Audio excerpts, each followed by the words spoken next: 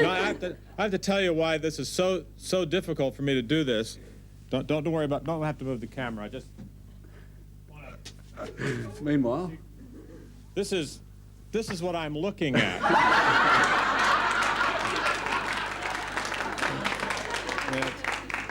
It's sort of a a publicity photo, but I feel like I'm talking to the weatherman.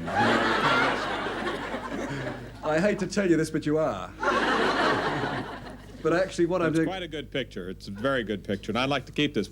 Sign it for me? Do I look tired? No, because it's an experiment. It has to do with jet lag. I know I'm like 16 hours difference, and I feel fine now, but I wondered if I look, 16 hours of jet lag there. Yes, you do.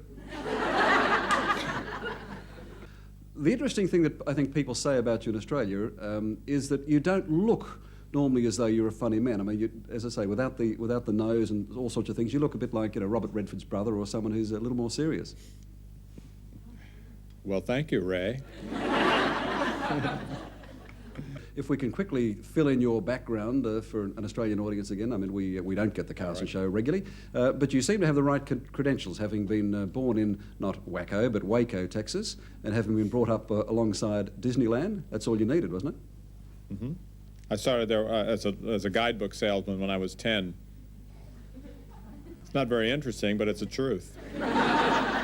Not very funny either.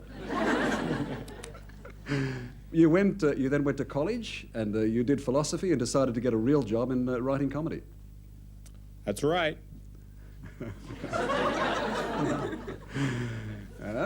Which comedy stars did you write for, Steve? Oh, I don't know.